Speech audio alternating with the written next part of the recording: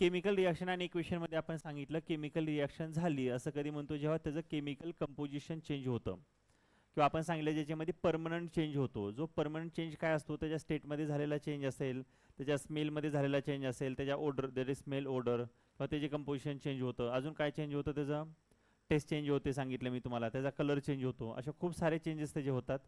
जो chemical change असतो तो कसा असतो, परमनंट असतो. कसा असतो, केमिकल चेंज कसा असतो, केमिकल चेंज कसा असतो, लक्षात सगळ्यांचं, सरळ बसा. केमिकल चेंज कसा असतो, परमनंट. इथं आपण बघितलं केमिकल चेंज कोणता, फिजिकल चेंज कोणता, हे आपलं झालं होतं कालच्या लेक्चरमध्ये. फिजिकल चेंज काय म्हणतो, state of matter changes often temporary and reversible. हा टेम्पररी असतो आणि रिव्हर्सिबल असतो. म्हणजे जसं की आईसचं वॉटरमध्ये कन्वर्जन होतं, अगेन वॉटरचं पण काय होतं, अगेन आईस होतं. ह्याला म्हणायचं रिव्हर्सिबल. ठीक आहे, हे बेसिक आपण कालच्या लेक्चरमध्ये हे सगळं बघितलेलं आहे. फिजिकल कुठला, केमिकल कुठला, हे पण आपलं झालं होतं. यस. त्यानंतर सांगितलं केमिकल रिॲक्शनची डेफिनेशन. एखादी रिॲक्शन होत असताना काय होतं की पहिला जो सबस्टन्स असतो त्या सबस्टन्समधला बॉन्ड ब्रेक होतो, त्याच्यापासून नवीन सबस्टन्स तयार होतो आणि त्याच्यामध्ये वेगळाच बॉन्ड. मी बॉन्डचे दोन टाईप सांगितले, एक असतो आयनिक बॉन्ड, दुसरा असतो कोव्हॅलेंट बॉन्ड. आयनिक बॉन्ड कोणाला म्हणायचं, जेव्हा एखादा बॉन्ड ट्रान्सफर ऑफ इलेक्ट्रॉनमुळे तयार झालाय. The bond which is form to the transfer of electron from metal to non metal is called as ionic bond. आणि त्या आयनिक बॉन्डमुळे जे कंपाऊंड तयार होतं त्याला म्हणायचं आयनिक कंपाऊंड. हे आपलं प्रिव्हियस लेक्चरमध्ये झालंय. सोबत आपण कोव्हॅलेंट बॉन्ड बद्दल बघितलं. असा बॉन्ड जो शेअरिंग ऑफ इलेक्ट्रॉन मुळे तयार होतो. The bond which is form due to the sharing of electron, म्हणजे जो कार्बन आहे तर कार्बन बऱ्यापैकी इलेक्ट्रॉनला शेअर करतो. म्हणजे कार्बनचे जे जे काय कंपाऊंड असतात हे सगळे कोव्हॅलेंट कंपाऊंड असतात. जो चॅप्टर नंबर 9 आहे तर त्यावेळेस मी तुम्हाला शिकवेन. ठीक आहे, दॅट इज कोव्हॅलेंट बॉन्ड. आणि कोव्हॅलेंट बॉन्डमुळे जे कंपाऊंड तयार होतात त्याला काय म्हणतो आपण, कोव्हॅलेंट कंपाऊंड. हे आपल्या लेक्चरमध्ये झालेलं होतं. हे बेसिक तुम्हाला सांगितलंय. वर्ड इक्वेशन, आता केमिकल रिॲक्शन झाले, केमिकल रिॲक्शन झाले हे आपल्याला रिप्रेझेंट करायचं आहे. With the help of word केलं तर त्याला म्हणणार आपण word equation. The simple way of representing a chemical reaction with the help of word is called as a word equation. जसं की aqueous solution of copper sulphate असं वर्डमध्ये लिहायचं आहे, तर तेव्हा म्हणणार आपण काय झालंय, वर्ड इक्वेशन. माझं लक्ष आहे बरं का सगळ्यांकडे, आहे लक्ष सगळ्यांचं, सगळ्यांचं लक्ष आहे, आहे ओके. मी क्वेश्चन विचारणार आहे अधूनमधून ना, चालू करू. यस, हे झालं वर्ड इक्वेशन. आता word equation aqueous solution of copper sulphate एवढं लिहिण्यापेक्षा त्याचा काय करा, फॉर्म्युला यूज करा कॉपर सल्फेटचा. मग ह्या वर्ड इक्वेशनला जेव्हा आपण कंडेन्स फॉर्ममध्ये लिहितो, कंडेन्स म्हणजे छोटं करून, आता हे एवढं 2 लाईन्स होतं, हे केवढ्या ह्याच्यामध्ये अर्ध्या लाईनमध्येच बसवलं. म्हणजे ह्या वर्ड इक्वेशनला जेव्हा तुम्ही with the help of chemical formula तुम्ही कंडेन्स फॉर्ममध्ये लिहिता तर त्याला म्हणायचं केमिकल इक्वेशन. काय म्हणायचं, मग हे केमिकल इक्वेशन झालं होतं. मग आपण कालच्या लेक्चरमध्ये सांगितलं की केमिकल इक्वेशन लिहिण्याच्या काही रूल आहेत. केमिकल इक्वेशन लिहायचं आहे तर त्याचे काय रूल आहेत. जसं रिॲक्टंट सांगितलं काल मी तुम्हाला, रिॲक्टंट कोणाला म्हणायचं, जे रिॲक्शनमध्ये पार्टिसिपेट करतात. The substance which take part in a chemical reaction is called as a reactant and the result of chemical reaction is called product. कळालं, रिॲक्टंट आणि प्रोडक्टमध्ये. रिॲक्टंट कोणाला म्हणायचं, जे पार्टिसिपेट करतात त्याला म्हणायचं काय, रिॲक्टंट. आणि ते रिॲक्शन झाल्यानंतर शेवटी जे मिळतं त्याला काय म्हणणार, कळते सगळ्यांना. मग ते म्हणतात रिॲक्टंट जेव्हा तुम्ही लिहिताय तर रिॲक्टंट काय करायचंय, त्या ॲरोच्या लेफ्ट साईडला लिहायचं आहे. पहिलं रूल तुमचा तोच आहे. Reactant on LHS and product on RHS. हा जो ॲरो असतो आतमधला, RHSच्या राईट साईडला काय प्रोडक्ट आहे आणि LHSला काय, हे काल झालंय आपलं. ॲरोच्या LHSला काय रिॲक्टंट आणि RHSला काय, रिॲक्टंट कोणाला म्हणायचं कळालेलं आहे. रिॲक्टंट म्हणजे काय, जे रिॲक्शनमध्ये पार्टिसिपेट करतात, असे सबस्टन्स जे रिॲक्शन होत असताना पार्टिसिपेट करतात त्याला म्हणायचं रिॲक्टंट. आणि त्या रिॲक्शनचा म्हणजे रिझल्ट झाल्यानंतर तो प्रोडक्ट. प्रोडक्ट कुठे लिहिणार तुम्ही, राईट साईडला. प्रोडक्ट कुठे लिहिणार, राईट साईडला. प्रोडक्ट कुठे लिहिणार, पुढं. Link with a plus sign मी सांगितलं, जेव्हा 2 पेक्षा जास्त रिॲक्टंट असतील, आता इथे कॉपर सल्फेट आणि झिंक 2 रिॲक्टंट आहेत. किती रिॲक्टंट आहेत, 2. असे जर 2 रिॲक्टंट लिहायचे तर त्याच्या आतमध्ये साईन कोणती असते, प्लस. किंवा इथं 2 प्रोडक्ट आहेत तर त्याच्या आतमधली साईन कोणती असते, प्लस.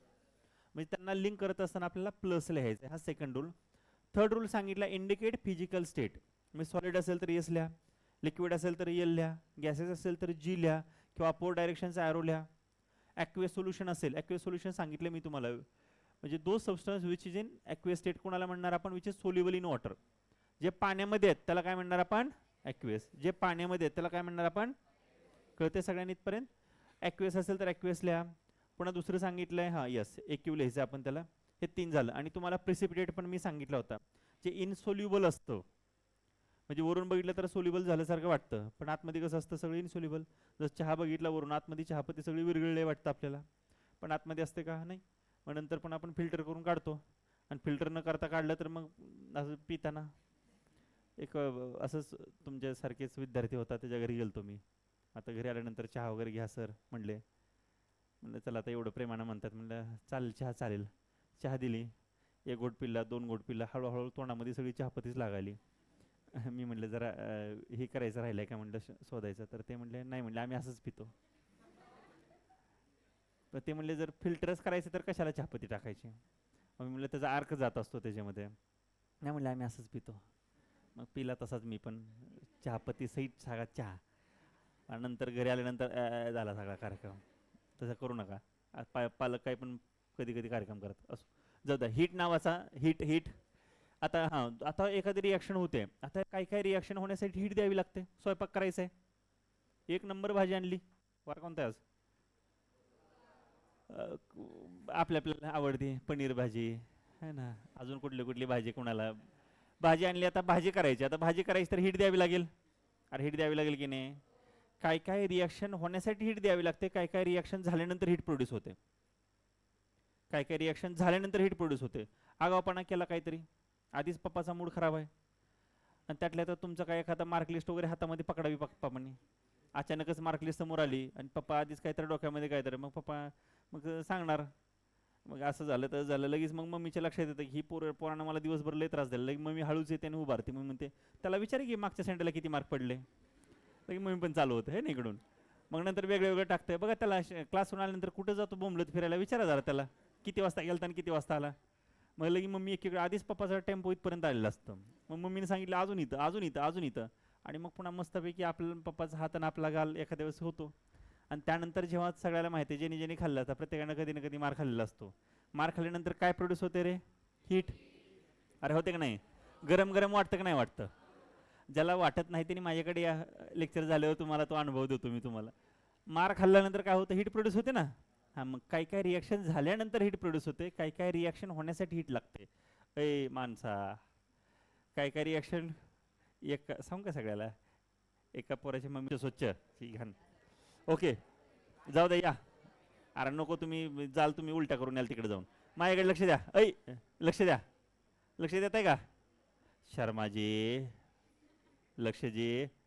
ऐका, मग काय होतं स्पेसिफिक कंडिशन तुम्हाला सांगावी लागते. जसं इथे एक रिॲक्शन होते, व्हेजिटेबल ऑइल आणि हायड्रोजन गॅस त्यातून पास करतो आपण. त्याचं temperature, pressure, catalyst are written above or below the arrow. म्हणजे हा जो ॲरो असतो तर ॲरोच्या वरती त्याचं प्रेशर लिहायचं आहे किंवा टेम्परेचर लिहायचं आहे, किंवा कॅटलिस्ट आपण कोणता यूज करतोय. कॅटलिस्ट तुम्हाला माहिती आहे, कॅटलिस्ट म्हणजे असा सबस्टन्स असतो ज्याच्या प्रेझेन्सनं त्या रिॲक्शनचा रेट वाढतो.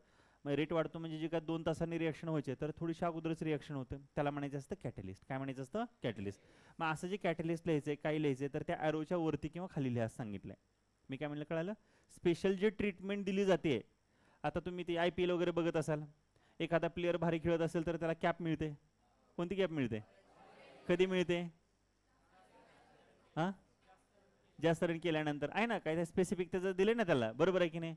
तसं किंवा तुम्ही पण स्कूलमध्ये छान छान राहत असाल, तुम्हाला ते काय काय देत असतील स्कूलमधून छान छान.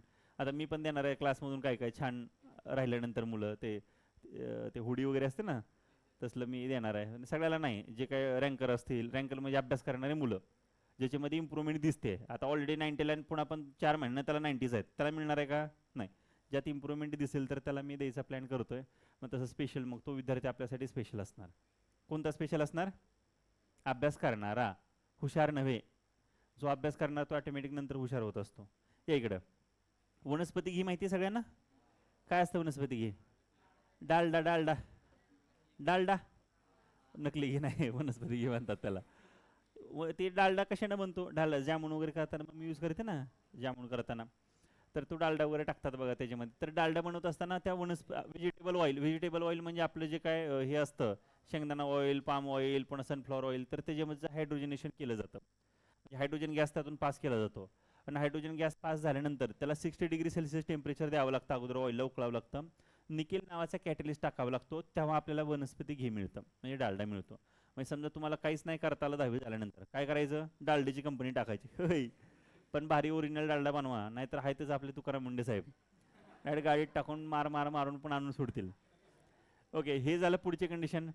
त्याच्या पुढे बघा 6 नंबर सांगितले स्पेशल इन्फॉर्मेशन, म्हणजे एखादी रिॲक्शन आहे, रिॲक्शन होत असताना त्याच्यामध्ये जो रिॲक्टंट आपण यूज करतोय किंवा रिॲक्शन झाल्यानंतर जो प्रोडक्ट तयार होतोय तर तो काय यूज करतो, कसं कधी कधी काय असतं की टेम्परेचर भरपूर असतं. आता ॲसिड बघतो आपण, तुम्हाला 9वी मध्ये ॲसिड बेसिस आणि सॉल्ट नावाचा चॅप्टर होता, आठवतंय? आता नॉर्मली काय करतो आपण, ॲसिडची जर टेस्ट करायची आहे तर पहिली बेसिक टेस्ट काय सांगतो आपण, चेक करायचं. आंबट असेल तर ॲसिड, दो सबस्टन्स विचार आंबट आर कॉल्ड एज ॲसिड, आणि विचारून द्या सोर टेस्ट, त्याला काय म्हणतो, म्हणजे कडू असतात जे सोर टेस्ट असतात. सोर म्हणजे आंबट ना, नाही बिटर, आणि बिटर म्हणजे कडू. जे बिटर टेस्टमध्ये असतात तर त्याला काय म्हणतो आपण, बेस म्हणतो. म्हणजे एखादा सबस्टन्स दिले तुम्हाला काही पण, तुम्ही असं केलं इथं लावलं, आंबट लागलं की ॲसिड ॲसिड आहे, आणि कडू लागलं तर, आता लिंबू घातला जिभेवरती पिळला काय, ॲसिड आहे. आणि तेच ते कधी कधी काकडी खातो, कडू कडू काकडी येते बघा कधी कधी ना, किंवा कारलं खाल्लं तर ते कडू लागतं आपल्याला, बिटर टेस्ट लागलं, मग ते काय असतं, बेस असतो. पण आता कुठला तर असा वेगळा सबस्टन्स आणला तुमच्या समोर ठेवला, बाळा ॲसिड आहे का बेस आहे, डायरेक्ट लावून करतो का आपण, अरे करणार का आपण, नाही जरा घेतो बघ, तर ते ते आपण करू शकत नाही, कारण कधी कधी ती जीभ पण जुळून जाईल ना आपली. आता काय असतो, ज्याची ॲसिडिटी जास्त असते, तुम्हाला माहिती आहे बघा, concentrated acid, weak acid 9th ला झालंय, concentrated base, weak base, P H value, P H scale 0 to 14, 0 to 7 असेल तर ॲसिड, 7 to 14 असेल तर बेस, 7 असेल तर न्यूट्रल. मग समजा एखादा ॲसिड लय स्ट्रॉंग आहे, आता ॲसिड स्ट्रॉंग आहे तर त्याला आपण टच करायचं का नाही, म्हणजे ते ॲसिड एक थेंब जरी आपल्या अंगावरती पडलं तर डायरेक्ट स्किन बर्न होऊन बोललं जातं. हाड असतात ना, हाड डायरेक्ट हाडाला जातो. आता केमिस्ट्रीचं आता तुम्ही जेव्हा मोठे व्हाल, 10वी 12वी होईल तुमची, ग्रॅज्युएशनला जाल तर किंवा रिसर्च कराल तुम्ही, तर असे रिॲक्शन खूप करावे लागतात. मग रिॲक्शन करत असताना कॉन्सन्ट्रेटेड जर ते टाकलं, कॉन्सन्ट्रेटेड ॲसिड जर टाकलं आणि ते जर आपल्या थोडं जरी आपल्या अंगावर, त्याला डायरेक्टच काय होतं, होल पडतं, म्हणजे एवढं टॉक्सिक असतं. तुम्ही कधी पब्लिक टॉयलेटला गेला असाल बघा, आणि पब्लिक टॉयलेटला गेल्यानंतर तिथं कधी कधी एवढा उग्र वास येतो, एकदम असा नाकाला झिंझण येणारा वास असतो, म्हणजे ते टॉयलेट क्लीन करण्यासाठी असताना तर स्ट्रॉंग ॲसिड यूज करतात. आपल्या घरामध्ये एवढं स्ट्रॉंग आपण ॲसिड यूज करतो का, नाही. मग ते एवढं ॲसिड स्ट्रॉंग असतं, त्या टाईल्सचा भिंतीचा सगळा कलर सुद्धा निघून जातो, एवढं टॉक्सिक असतं जे ॲसिड असतं ते. म्हणजे आपण पण ॲसिड यूज करतो टॉयलेट क्लीन करण्यासाठी आपल्या घरामध्ये, पण जे काय हार्पिक वगैरे तुम्ही यूज करत असाल त्याच्यामध्ये ॲसिडच असतं, पण ते तेवढं कॉन्सन्ट्रेट नसतं, तर ते डायल्यूट असतं.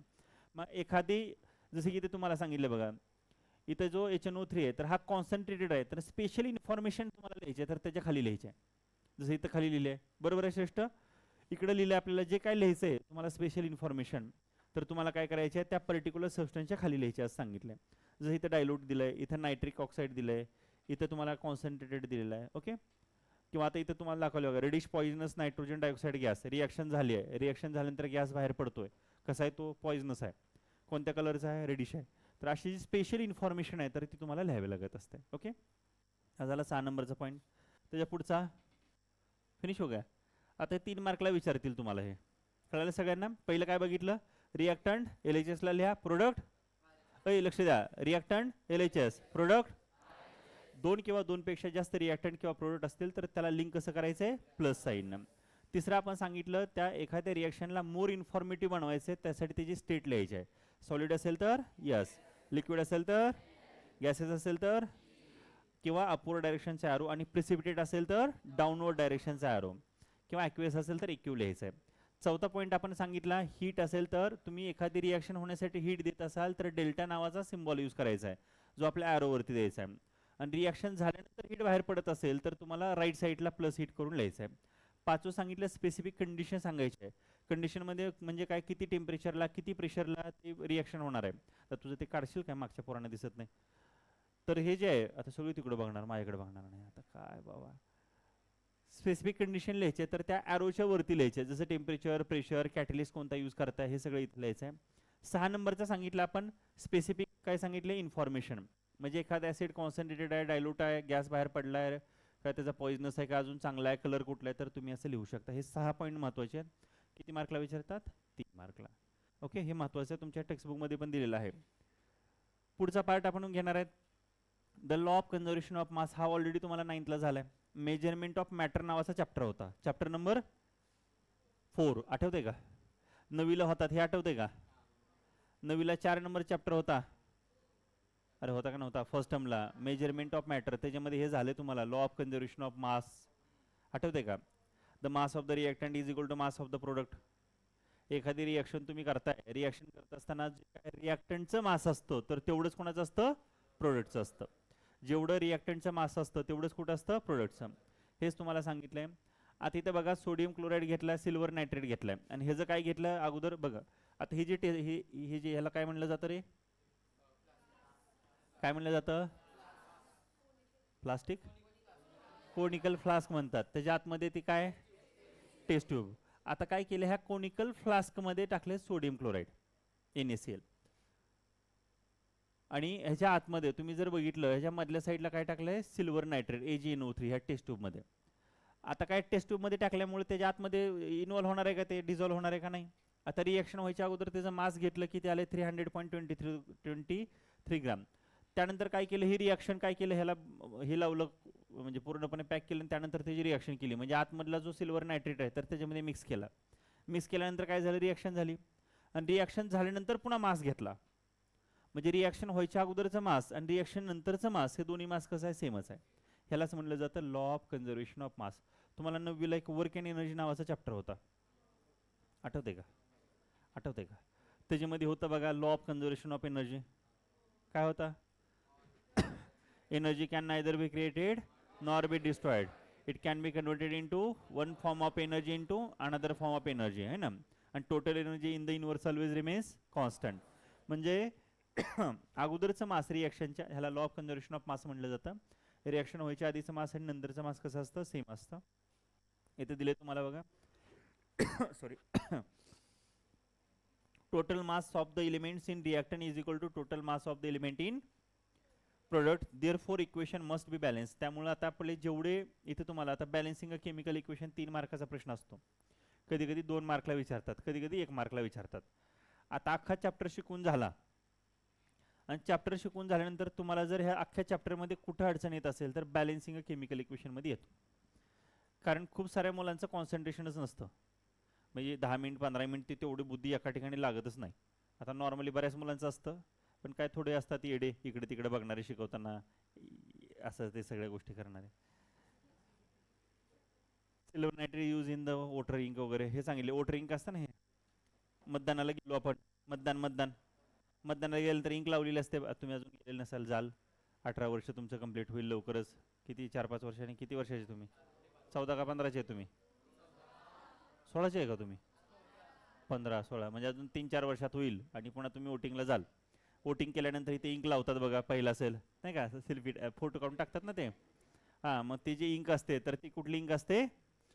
Silver nitrate. 1 मार्कला प्रश्न हा विचारलेला आहे, स्कूलमध्ये तर नक्की विचारतात. मागच्या 82 लक्ष आहे का सगळ्यांचं? Silver nitrate is use in water ink, हे 1 मार्कला MCQ मध्ये विचारलेला प्रश्न हा. Dash dash is use in water ink, तर काय नाव आहे त्याचं? Silver nitrate. हा महत्वाचा पार्ट आहे, हा लक्षात ठेवायचा आहे. एखादी रिएक्शन बॅलन्स आहे का नाही हे आपल्याला चेक करायचं आहे. आपण लॉ ऑफ कन्झर्वेशन ऑफ मास मध्ये काय सांगितले? जेवढं मास रिएक्टंटचं आहे तेवढंच मास कोणाचं असलं पाहिजे? प्रोडक्टचं. आता इथं रिएक्शन बॅलन्स आहे का नाही हे मी तुम्हाला शिकवतो.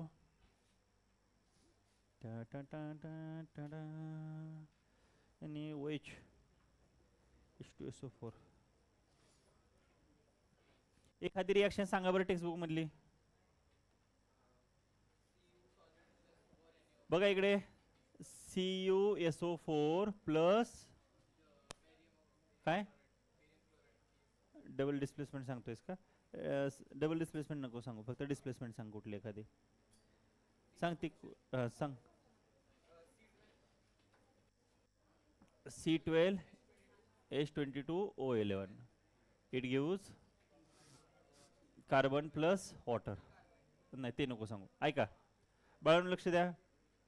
शुगर असते, शुगर, साखर साखर. आता हे डिकम्पोजिशन रिॲक्शन म्हणून आहे, मी तुम्हाला शिकवण्यास नंतर. आता हे जे शुगर आहे जेव्हा आपण ह्याला हीट करतो तर हीट केल्यानंतर त्यातून वॉटर मॉलिक्यूल निघून जातात आणि काय राहतं? खाली कार्बन राहत असतं. आता ही जी रिॲक्शन आहे ही रिॲक्शन बॅलन्स आहे का नाही बॅलन्स हे आपल्याला चेक करायचं आहे. Gandhi sir, balance or not balance तुम्हाला विचारलं जातं बघा. 3 टाईपचे क्वेश्चन याच्यावरती विचारतात. एक असतं फक्त आयडेंटिफाय करायचं आहे the given reaction is balance or not, फक्त बॅलन्स आहे का नाही एवढंच चेक करायचं आहे. दुसरा टाईप असतो की बॅलन्स नसेल तर बॅलन्स करा म्हणतात, आयडेंटिफाय करा आणि देन फर्दर बॅलन्स. एक काय करायला विचारतात, बॅलन्स आहे का नाही एक चेक करायला, दुसरं बॅलन्स नसेल तर बॅलन्स करायला लावतात, आणि तिसरं असं असतं बॅलन्स कोणती बॅलन्स आहे आणि कोणती अनबॅलन्स आहे, म्हणजे पहिल्या टाईपच तसं विचारतात. किंवा कधी कधी बॅलन्स करायला लावतच नाहीत, फक्त आयडेंटिफाय करायचं आणि सोडून द्यायचं. कधी 1 2 3 कधी 1 मार्कला पण विचारतात, काय विचारतात त्याच्यामध्ये. किंवा मध्ये मध्ये काय करतात, हे देतात हे देतात हे देतच नाहीत, असे पण रिॲक्शन विचारतात. जे विचारलेत ऑलरेडी, मी शेवटी PYQ मध्ये सगळंच घेणार आहे. आता ही रिॲक्शन बॅलन्स आहे का नाही हे आपल्याला आयडेंटिफाय करायचं आहे. तर इथं आपण काय लिहिणार, एलिमेंट. कोणते कोणते एलिमेंट आहेत बघणार आपण. इकडे लिहिणार ॲटम इन LHS आणि ॲटम इन RHS. मला सांगा LHS ला कोण असतो, तर रिॲक्टंट असतो, बरोबर आहे. प्रोडक्ट कुठं असतो, RHS ला असतो. मग आता मला सांगा हे जे एलिमेंट आहेत, ह्या एलिमेंटमध्ये कोणते कोणते ह्या रिॲक्शनमध्ये एलिमेंट आहेत रे. पहिला कोणता एलिमेंट आहे, कार्बन. दुसरा कोणता आहे, हाइड्रोजन. तीसरा कौन है, हाइड्रोजन. और तीसरा है ऑक्सिजन. आता मला सांगा तुम्ही लेफ्ट साइडला कार्बनचे ॲटम किती आहेत, राईट साइडला किती आहेत, हाइड्रोजन लेफ्ट साइडला किती आहे, 22. RHS ला किती आहे. ओके, ही रिॲक्शन दिली, ह्या रिॲक्शन आपल्याला बॅलन्स आहे का नाही ते चेक करायचे आहे. बॅलन्स आहे का नाही हे चेक करायचं आहे. इथं तुम्ही बघितलं तर इथं काय दिलं बघा, ॲटम दिलेले आहेत. ॲक्च्युली ते एलिमेंट कुठले कुठले आहेत, तर सिल्वर, नायट्रोजन, Ag म्हणजे सिल्वर असतं, नायट्रोजन, ऑक्सिजन, सोडियम आणि क्लोरीन. LHS ला किती आहेत आणि RHS ला किती आहेत. तुम्ही जर ह्या रिॲक्शनकडे बघितलं तर जेवढे LHS ला ॲटम आहेत तर तेवढेच RHS ला आहेत. कुठलाही एलिमेंट घ्या, जसं पहिला एलिमेंट आपण काय घेतला, सिल्वर घेतला. सिल्वरचा लेफ्ट हँड साईडला म्हणजे रिॲक्टंट मध्ये जेवढे ॲटम आहेत तेवढेच राईट हँड साईडला आहेत का बघा बरं, आहेत की नाही. पुन्हा नंतर घेतला सोडियम, सोडियमचं काय, सोडियमचं काय स्टेटस आहे सांगा, आहे का नाही. अरे आहे का नाही, सोडियम सोडियम आहे. त्यानंतर क्लोरीन, असं जे असतं तर त्याला काय म्हणणार आपण, बॅलन्स आहे. Na म्हणजे सोडियम.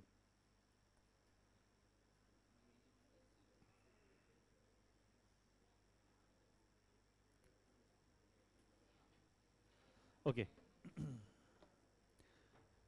आता पुढची रिॲक्शन तुम्हाला दिली इथं, इथं दिले एक रिॲक्शन. आता आपल्याला स्टेप वाईज त्याला बॅलन्स करायचं. लक्ष सगळ्यांचं, त्या दिदीचं, दिदी लक्ष दे, लक्ष सगळ्यांचं, लक्ष आहे माझ्या बाळांचं, सगळ्या छान छान बाळांचं. येत आहे, लक्ष आहे का तुझं, लक्ष दे. Example, sodium hydroxide plus sulphuric acid, sodium hydroxide plus sulphuric acid, sodium hydroxide plus, अरे sodium hydroxide plus, it gives sodium sulphate plus water. आता ही रिॲक्शन आपल्याला दिलेली आहे. आता ही रिॲक्शन बॅलन्स आहे का नाही आपल्याला चेक करायचंय. लक्ष आहे सगळ्यांचं, नाही कुणाला नाही, त्याला मला नाही म्हणलं, तिला म्हणलं परत त्याला वारे असतंय. लक्ष द्या इकडं, कोणतं कोणतं इथे बघा ॲटम एलिमेंट, इथे ॲक्च्युली एलिमेंट आहेत आणि खाली ॲटम आहेत. एलिमेंटचे एलिमेंट कोणतं कोणतं आहे, सोडियम आहे, ऑक्सिजन आहे, हायड्रोजन आहे, सल्फर आहे. आहेत का 4, आहेत का. सोडियम घेतला, बघितलं सोडियम LHS ला त्याचे ॲटम किती आहे, तर 1 आहे, लिहिलं 1. राईट साईडला बघितलं सोडियमचे ॲटम किती आहेत, 2 आहेत, बरोबर आहे. पुन्हा गेलो आपण कशाकडे, ऑक्सिजनकडे, ऑक्सिजनचे किती ॲटम आहेत ह्यात बघा, इथे 4 आणि ते 1 5 आहेत की नाही, 5. ह्याचा 1 आणि ह्याचा 4 झाले 5, इथे LHS ला लिहिले. राईट साईडला जावा, ह्याचे 4 आणि ह्याचा 1 किती आहेत, 5. म्हणजे बघितलं सोडियम बॅलन्स नाही, ऑक्सिजन बॅलन्स आहे. त्यानंतर गेलो हायड्रोजनकडे, हायड्रोजनचे किती आहेत बघा, इथं 1 आणि ह्याचे 2 किती आहेत, इथं 3. RHS ला जावा, बघा किती आहेत, H2 इथं लिहिले 2. त्यानंतर सल्फर बघितला, सल्फर LHS ला 1 आहे आणि RHS ला पण किती आहे, 1 आहे. म्हणजे मी जर बघितलं तर माझ्या असं लक्षात येतं ही जी रिॲक्शन आहे ही रिॲक्शन बॅलन्स बघा. एक बॅलन्स आहे ॲटम ते अशी घेणं देणं नाही, आपल्याला पूर्ण एलिमेंटचे ॲटम बॅलन्स पाहिजे. इथं बघतोय आपण तर तुम्ही मला सर सल्फर बॅलन्स आहे की आमच्याकडे, बस झाला सल्फर, आम्हाला ऑक्सिजन लागतो, आम्हाला ऑक्सिजनच आवडतो, बाकीची गरज नाही आम्हाला. पण ऑक्सिजन पण बॅलन्स पाहिजे, सोडियम पण पाहिजे आणि हायड्रोजन पण पाहिजे. सगळेजण बॅलन्स असतील तरच बॅलन्स आहे म्हणायचं, नाहीतर बॅलन्स नाही. कळते सगळ्यांना, कळतंय. मग एखादी रिॲक्शन बॅलन्स करण्यासाठी म्हणजे फॉर एक्झाम्पल तुमच्या घरच्यांनी तुम्हाला 100 रुपये दिले आणि म्हणले दुकानला जाऊन काहीतरी सामान घेऊन ये XYZ वस्तू. आता जे मोठे भाऊ बहीण असतात बऱ्यापैकी घरामधले. 90-95 रुपये बिल झालं तर घरी रुपये पण देत नाहीत. मॅक्झिमम ठिकाणी असं असतं, जे मोठे बहीण भाऊ असतात आणि बारके बहीण भाऊ एकदम लॉयल असतात. 99 रुपये जरी झालं तर 1 रुपया म्हणतात, मग मग 1 रुपया राहिला आणि द्या. असं बऱ्याच ठिकाणी असतं. छोटेवाले असतात ते चांगले असतात, आहे ना. कोण कोण छोट्यावाल्या घरात हातवरी करा बरं, घरात छोटं आहे असं. जी एकटं जातील हातवर करू नका. जे आहेत हां, आपण सगळे छोटे आहेत, सगळेजण मोठे नाही आले त्रास देतात मोठे. तर ते इकडं आता नाही नाही, मी छोट्यावाल्या पोरांकडून आहे. लक्ष द्या रे इकडे, माझ्याकडे लक्ष द्या. ऐ बरं, मोठेवाले पण छान आहेत, छोटेवाले पण छान आहेत. तर ऐका, समजा समजा 100 रुपये दिले, 90 रुपयाची वस्तू आणली आणि 10 रुपयाचा गोळ झाला. कुठे गेले कोणालाच माहिती नाही. त्याला बॅलन्स म्हणणार का आपण? नाही बॅलन्स म्हणणार. मग काय सांगावं, बॅलन्स काय सांगणार? एक मम्मा 90 रुपयाची वस्तू आणली, 10 रुपये राहिले, हे घे. हे 90+10 हे किती झाले? 100 झाले. मग बॅलन्स झालं. बरोबर आहे की नाही? अरे बरोबर आहे की नाही? बरोबर. किंवा दुकानदारानं पण तुम्हाला काय दिले? 90 रुपये सामान दिलं, 10 रुपये दिलेच नाही. तुम्ही फक्त त्याच्याकडे बघत बसता, आता देतंय मग देतं. ती पण तुम्ही जायचं वाट बघतं. होतं ना असं खूपदा.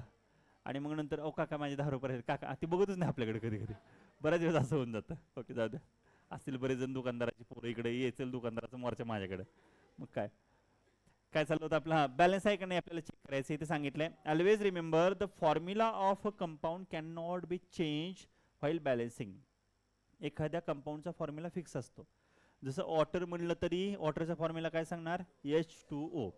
मी म्हणलं माझ्याकडे एक बॉटल आहे आणि त्या बॉटलमध्ये पाणी आहे. माझ्याकडे एक बॉटल आहे, बॉटलमध्ये पाणी आहे, त्या पाण्याचा फॉर्म्युला काय आहे? मी म्हणलं मला एका पोराला आंघोळ घालायची आहे आणि ते मी बकेटमध्ये पाणी घेतलं, त्या बकेटमधल्या पाण्याचा काय फॉर्म्युला आहे? मी म्हणलं नदीला पूर आलाय आता, आणि त्या नदीमधल्या पाण्याचा काय फॉर्म्युला आहे? समुद्रामधल्या पाण्याचा.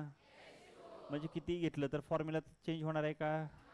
घरच्याचं H2O आहे आणि बाहेरचं घेतलं की H2O2 आहे, हे होणार? H2O2 हा वेगळा फॉर्म्युला आहे. कोणाचा आहे सांगा बरं? H2O2 हा झाला वॉटर. अरे H2O2 वॉटर झालं ना, सॉरी H2O वॉटर झालं, H2O वॉटर झालं. H2O2 काय? कोणतर म्हणाले? हां हां, व्हेरी गुड, छान. Hydrogen peroxide. 1 मार्कला विचारतात. H2O2 चा फॉर्म्युला काय? Hydrogen peroxide. H2O2 चा फॉर्म्युला काय? Hydrogen peroxide. चला, H2O2 चा फॉर्म्युला काय? H2O2 चा फॉर्म्युला काय? वॉटरचा फॉर्म्युला? वॉटर एवढं असलं, एवढं असलं, एवढं असलं, कितीही वॉटर असलं तरी त्याचा फॉर्म्युला चेंज होत नाही. एखादी रिॲक्शन बॅलन्स करायची आहे, बॅलन्स करत असताना आपण कधीच त्याचा फॉर्म्युला चेंज करायचं नाही. फॉर एक्झाम्पल, इकडे लक्ष द्या, इथं सोडियम 1 आहे, इथं सोडियम 2 आहेत. मग तुमच्या लक्षात आलं की बाबा LHS ला सोडियम 1च आहे. मग इथं काय करतो मी? इथं 2 करतो आणि करून टाकतो. चालणार आहे का तसं? मग Na2OH मी इथे लिहिलं तर चालणार नाही. करायचे तर बॅलन्स करताना सगळ्यालाच मल्टिप्लाय करायचं, तर सगळ्यालाच करावं लागतं. आता ज्याच्या घरा म्हणजे ज्याच्याकडे जॉईंट फॅमिली आहे, जे जॉईंट फॅमिलीनं राहतात, एकट्यालाच काय वस्तू आणता येते का? आता किती जरी गरज वाटली की काहीतरी एखाद्याला घेऊन यायचं, आवडले आपल्या मुलाला आणायचे, तरी पण काय करावं लागतं? आणताना 2 गोष्टी आणाव्या लागतात, नाहीतर मग आदळापट चालू होते. त्यांनाच घेऊन आले, माझ्याला आणलंच नाही, असं वेगळ्या वेगळ्या वेगळ्या गोष्टी होतात. आता जॉईंट फॅमिली काय पॉझिटिव्ह पॉईंट असतात, काय निगेटिव्ह असतात, पण पॉझिटिव्ह जरा जास्त असतात निगेटिव्हपेक्षा. राहिलं पाहिजे, सगळ्यांनी आनंदानं राहिलं पाहिजे. मग आता काय होतं, ज्याची जॉईंट फॅमिली आहे, त्याला आपल्याला आणताना सगळंच द्यावं लागतं, सगळ्यांनाच द्यावं लागतं. एकट्याला देऊन चालणार आहे का? नाही. तसं याला बॅलन्स करत असताना एकट्या सोडियमलाच 2 दिलं आणि बाकीच्याला दिलंच नाही, चालणार नाही. द्यायचे तर 2 न मल्टिप्लाय सगळ्यालाच करावं लागतं.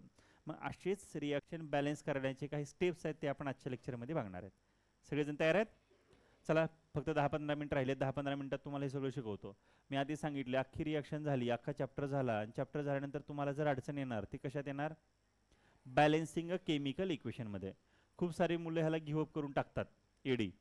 पण तुम्ही सगळेजण शहाणे आहात, हुशार आहात, अभ्यासू मुलं आहात, माझ्याकडे लक्ष देणारे विद्यार्थी आहात ना सगळेजण? चला, लक्ष द्या सगळेजण. मग आता आपण बघूया. पहिली स्टेप काय? Write the equation. म्हणजे आधी तुम्हाला वर्ड इक्वेशन दिलेलं असतं, किंवा इक्वेशन दिलं असेल तर ॲज इट इज इक्वेशन लिहायचं. लिहिलं आपण इक्वेशन? अरे लिहिलं का इथं? पहिली स्टेप काय? इक्वेशन लिहिणं. दुसरी स्टेप काय? Check if balance. दुसऱ्या स्टेपमध्ये बघायचं की दिलेली इक्वेशन हे बॅलन्स आहे का नाही, इक्वेशन बॅलन्स आहे का नाही हे चेक करायचं आहे सेकंड स्टेपमध्ये. पहिल्या स्टेपमध्ये काय केलं, इक्वेशन लिहिलं. म्हणजे हे जे इक्वेशन होतं की sodium hydroxide plus sulphuric acid it give sodium sulphate plus water, हे जे वर्ड इक्वेशन आहे हे जे केमिकल इक्वेशन मध्ये लिहिलं आपण, लिहिलं की नाही. पहिल्या ह्याच्यामध्ये स्टेपमध्ये काय लिहिलं, केमिकल इक्वेशन. दुसऱ्या स्टेपमध्ये काय लिहिलं, काय सांगितलंय, चेक इफ बॅलन्स, बॅलन्स आहे का नाही चेक केलं, आणि जर नसेल तर लिहिलं कन्क्लुजन काय, number of atoms are unequal, equation is unbalance. Conclusion कळालं. बॅलन्स असेल तर मग इथं काय लिहिणार, number of atom are equal, equation is balance. कधी लिहिणार आपण हे, जर इक्वल असेल तर, आणि नसेल तर, अनइक्वल असेल तर बॅलन्स नाही. इथपर्यंत क्लिअर आहे सगळ्यांचं, माझ्याकडे लक्ष द्या. आता त्याच्या पुढची स्टेप आपल्याला लिहायची आहे. त्याच्या पुढची स्टेप आपल्याला लिहायची आहे थर्ड नंबरची. थर्ड नंबरची स्टेप काय सांगतो बघा, apply factors that is starts with the maximum atom. आधी बघायचा कंपाऊंड, कंपाऊंड बघायचा सगळ्यात मोठा कंपाऊंड कुठला आहे. सगळ्यात मोठा कंपाऊंड कोण असतो, ज्याच्यामध्ये सगळ्यात जास्त ॲटम असतात. आता मी ही रिॲक्शन बघितली, माझ्याकडे ही रिॲक्शन होती. ह्या रिॲक्शन मध्ये सगळ्यात जास्त ॲटम असलेलं कोण आहे सांगा बरं. NaOH मध्ये किती ॲटम आहेत, NaOH मध्ये ॲटम किती आहेत, सोडियमचा एक, ऑक्सिजनचा एक, हायड्रोजनचा एक, किती झाले 3. मला सांगा सल्फ्युरिक ऍसिड मध्ये किती आहेत, 6. किती आहेत सांगतो, 3 कसं, याच्यामध्ये 3 ॲटम आहेत कसं सांग. हायड्रोजनचे 2 आहेत, हायड्रोजनचे 2 आहेत, सल्फरचा 1 आणि ऑक्सिजनचे 4 आहेत. कळतंय का, किती झाले 3 कसं झाले, अरे कळतंय का नाही कळतंय, कसं आयडेंटिफाय करायचं.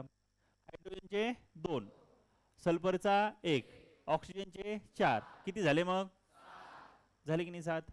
इकडे या, त्याच्यामध्ये सांगा किती आहेत, सोडियम सल्फेट मध्ये किती आहेत, 7 आहेत का. इकडे जावा, किती आहेत 3. ते म्हणतो सगळ्यात मोठा कंपाऊंड सिलेक्ट करा. सगळ्यात मोठा कोण आहे, सगळ्यात मोठा, इथं पण आहे आणि इथे पण आहे.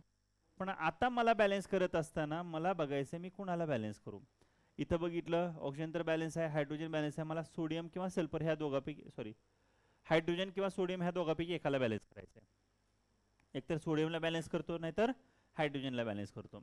मला सांगा आता इथं 3 आहे, इथं 2 आहे, अनइक्वल झालं हे. म्हणजे समजा ह्याला जर मी 2 न मल्टिप्लाय केलं तर इथं काय येणार आहे 4 आणि इथे येणार आहे 3. त्यामुळे असं येडं घ्यायचं नाही, आधी शहाणं घ्यायचं. शहाणं म्हणजे काय, असं सोपं आलं पाहिजे की आता सोडियमच्या ॲटमला ह्याला मी जर 2 न मल्टिप्लाय केलं तर इथं पण 2 होतं आणि इथं पण 2 होतं, एका स्टेपमध्ये विषय मिटला.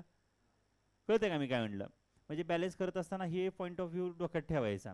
आता मी बघा माझ्याकडे 2 ऑप्शन आहेत, एक तर मी हायड्रोजनला बॅलन्स करेन किंवा सोडियमला बॅलन्स करेन. कारण इथं बघितलं तर इथं सोडियम आहे, इथं बघितलं तर हायड्रोजन आहे.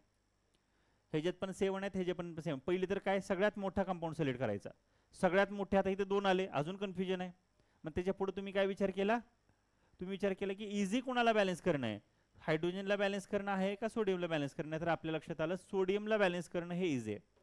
बरोबर आहे, सोडियमला बॅलन्स करणं हे इझी आहे, म्हणून मी सोडियमला बॅलन्स करायला घेतलं. जाऊया आपण. ओके, आता हां, that is apply the factors. इथं बघितलं इनिशियली प्रोटमध्ये, आता मी तुम्हाला दुसरं लिहून दाखवतो.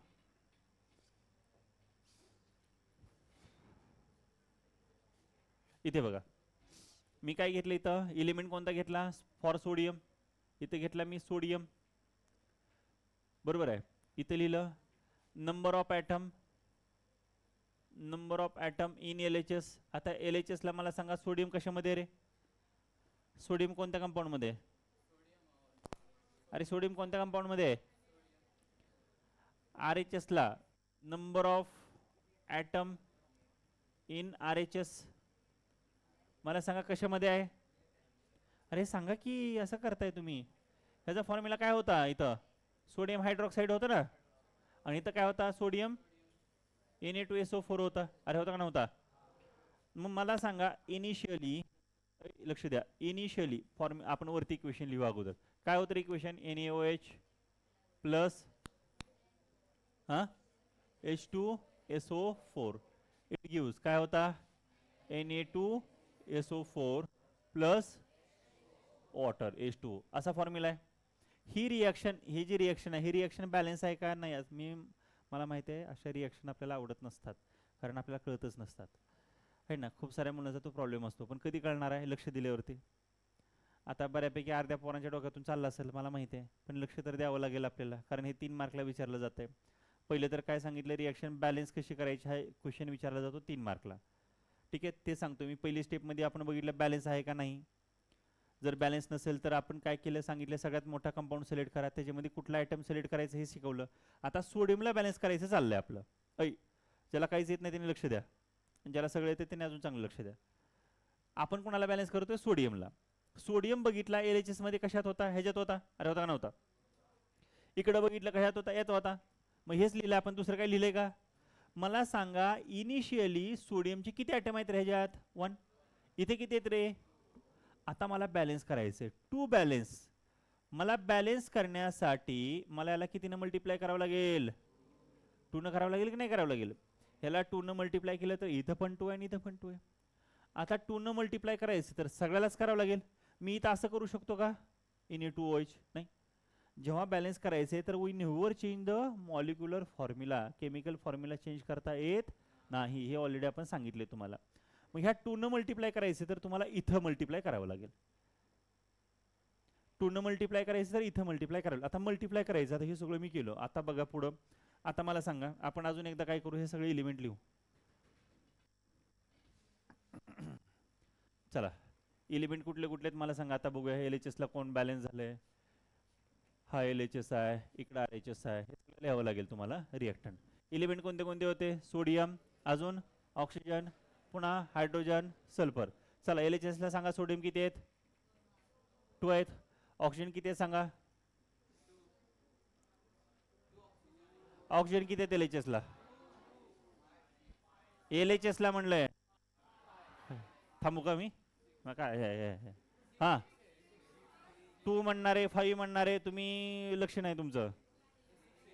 अरे 2 न मल्टिप्लाय केलं हे 2 आणि हे किती, अरे 2 आणि हे किती 4, किती झाले 6 झाले का 5 झाले. मग इथं लिहिणार मी 6. मला सांगा हायड्रोजन किती आहे LHS ला. LHS म्हणजे हे सगळं आलं, ॲरोच्या लेफ्ट साईडचं LHS आलं. इथले 2 आणि इथले 2 किती झाले. मला सांगा सल्फर किती.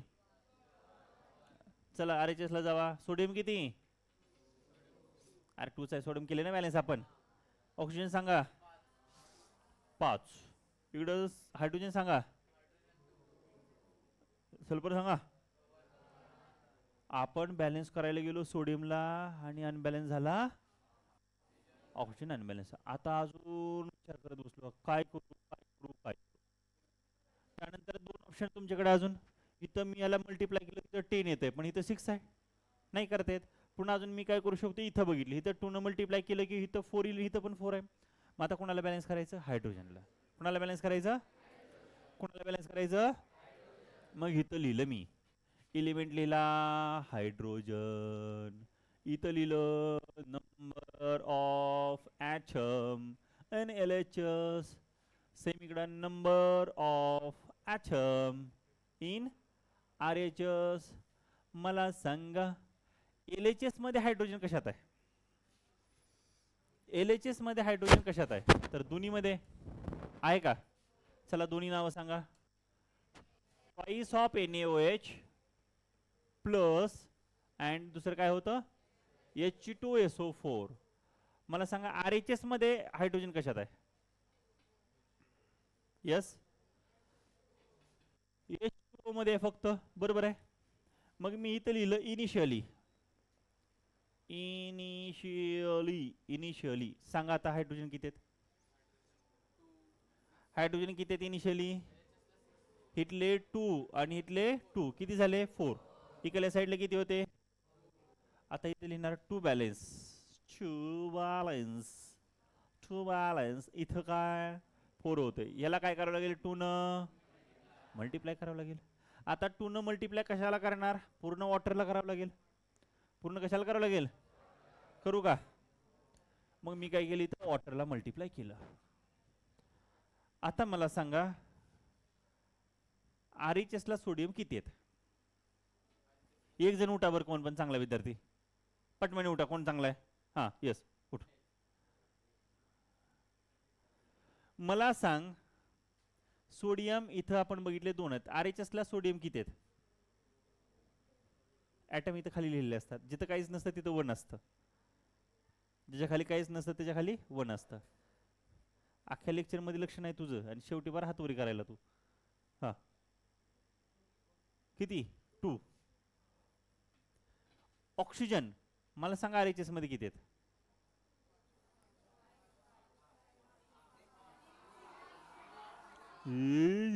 किती आहेत? ये बच्चा उठ. हा नाव सांग तुझं. वैभव. हा वैभव दादा सांग मला ऑक्सिजन किती आहेत RHS ला?